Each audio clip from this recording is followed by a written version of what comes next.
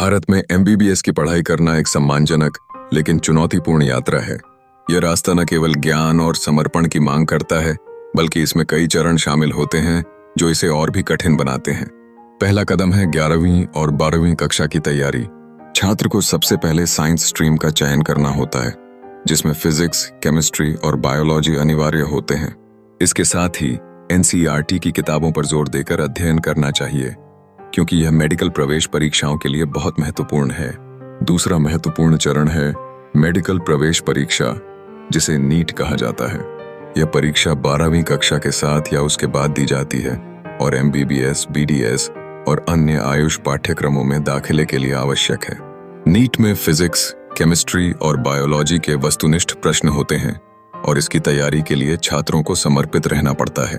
Mock test और पिछले साल के प्रश्न पत्र हल करना भी तैयारी का अहम हिस्सा है। तीसरा चरण है मेडिकल कॉलेज में प्रवेश। नीट में प्राप्त रैंक के आधार पर छात्र सरकारी या प्राइवेट कॉलेजों में दाखिला लेते हैं। काउंसलिंग प्रक्रिया में अखिल भारतीय कोटा और राज्य कोटा से सीटें आवंटित की जाती हैं। एमबीबीएस कोर्स की कुल अवधि 5 साल होती है, जिसमें 5 साल की पढ़ाई और 1 साल की अनिवार्य इंटर्नशिप शामिल होती है। पढ़ाई के दौरान छात्र एनाटॉमी, फिजियोलॉजी, बायोकेमिस्ट्री और कई क्लिनिकल विषयों का अध्ययन करते हैं। अंत में 5 साल की पढ़ाई के बाद 1 साल की इंटर्नशिप करनी होती है, जो छात्रों को प्रैक्टिकल अनुभव देती है।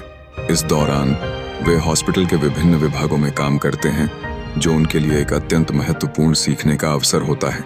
इस प्रकार भारत में एमबीबीएस की पढ़ाई एक कठिन लेकिन संतोषजनक यात्रा है, जो छात्रों को चिकित्सा क्षेत्र में करियर बनाने का अवसर देती है। प्रारंभिक तैयारी से लेकर इंटर्नशिप तक का हर कदम उन्हें एक सक्षम चिकित्सक बनाने की दिशा में आगे बढ़ाता है।